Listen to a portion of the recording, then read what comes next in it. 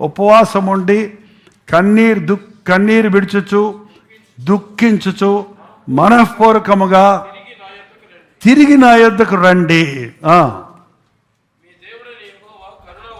మీ దేవుడైన యెహోవా కరుణా వాత్సల్యము గలవాడు, శాంతమూర్తియు, అత్యంత కృపగలవాడై ఉండి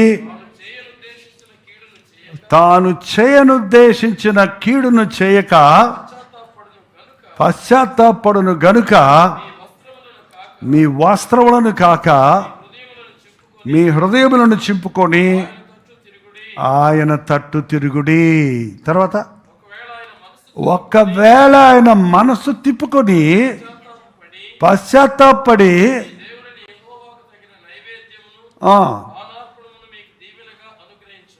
మీకు దీవెనగా మనం పశ్చాత్తాపడితే ఆయన పశ్చాత్తాపడతాడంట. ఏంటండి, మనం నాయనా నన్ను క్షమించు అంటే, అయ్యో అనవసరంగా నా బిడ్డను బాధ పెట్టానే. నినివే ప్రజలు పాపం విస్తరించిపోయింది.